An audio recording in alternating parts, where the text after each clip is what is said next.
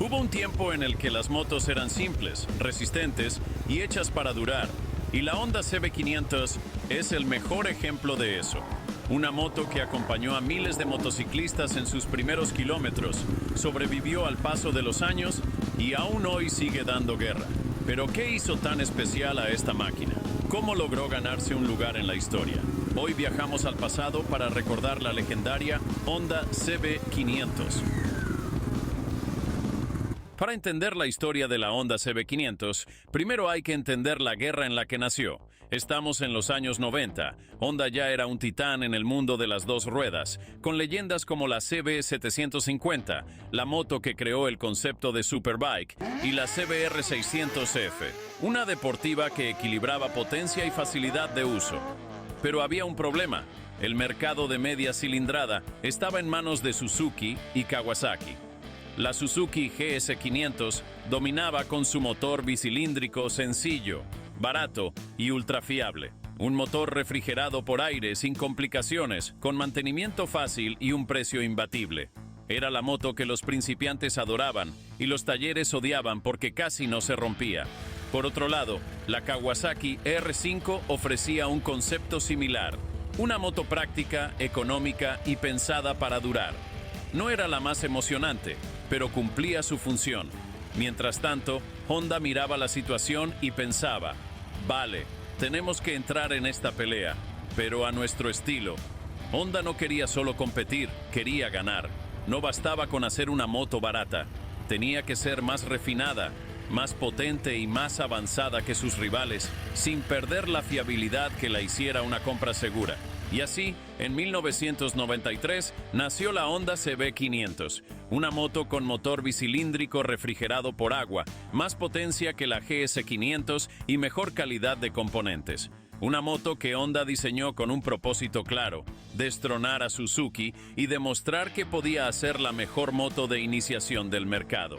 Lo que no sabían en Suzuki y Kawasaki es que Honda estaba a punto de lanzar una moto que seguiría rodando décadas después. Cuando muchas de sus rivales ya estarían en los desguaces, era una moto que llegó para durar. Motor bicilíndrico de 499 centímetros cúbicos, carburada, refrigerado por agua, con 58 caballos de fuerza y un par motor suave y aprovechable desde bajas revoluciones. Pero la clave real de su éxito no era solo la potencia, sino su indestructibilidad. La CB500 no se rompía ni aunque la usaras como taxi de motos en el infierno. Hay historias de propietarios que han superado los 200.000 kilómetros sin abrir el motor, solo con el mantenimiento básico.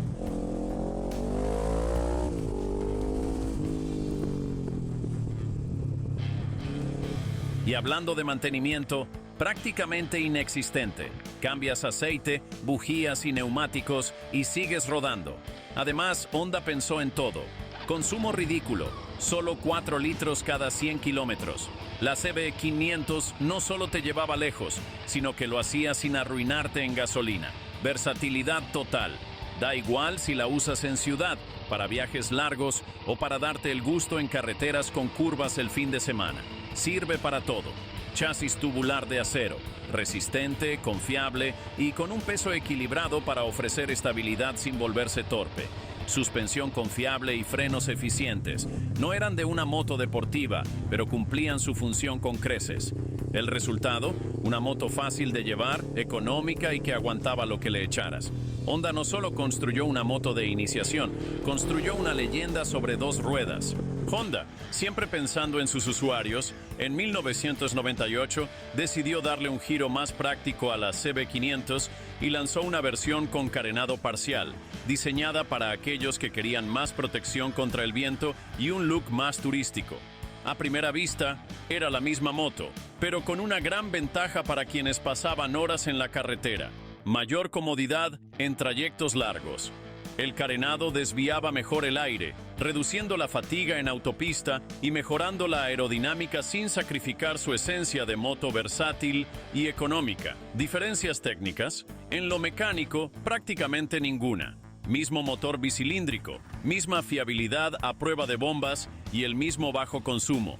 Pero ese pequeño cambio en la carrocería hizo que esta versión se convirtiera en la favorita de tres tipos de usuarios clave. 1. Mensajeros y repartidores.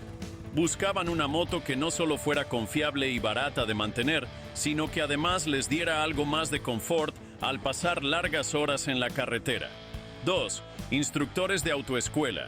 Gracias a su facilidad de manejo, su motor dócil y su bajo coste de operación, muchas escuelas de conducción la adoptaron para enseñar a futuros moteros. Y 3. Viajeros con poco presupuesto. Si querías recorrer largas distancias sin gastar una fortuna en gasolina, ni sufrir con el viento en el pecho, esta CB500 era una opción perfecta.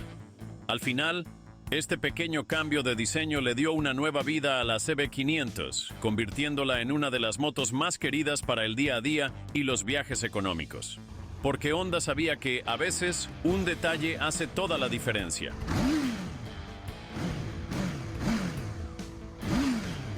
Aquí es donde la batalla se pone interesante.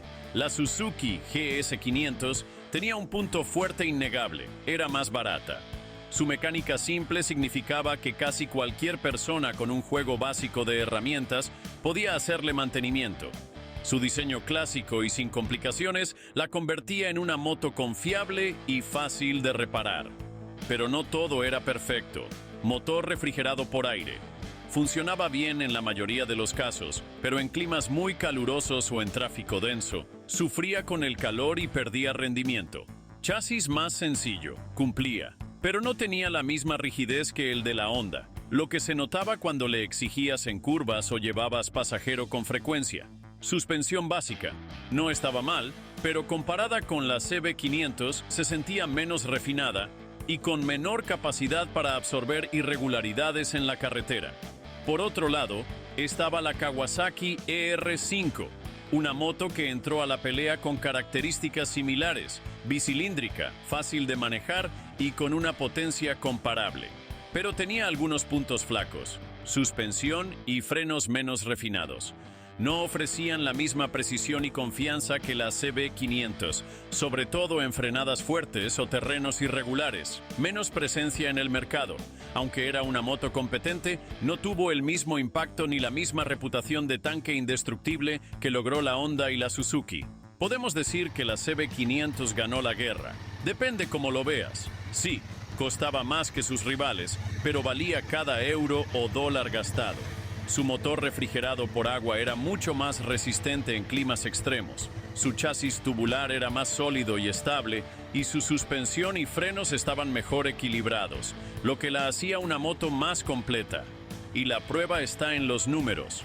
Hoy en día, la mayoría de las CB500 de los 90 siguen rodando sin problema, mientras que muchas de sus rivales han desaparecido o han tenido que pasar por reconstrucciones mayores.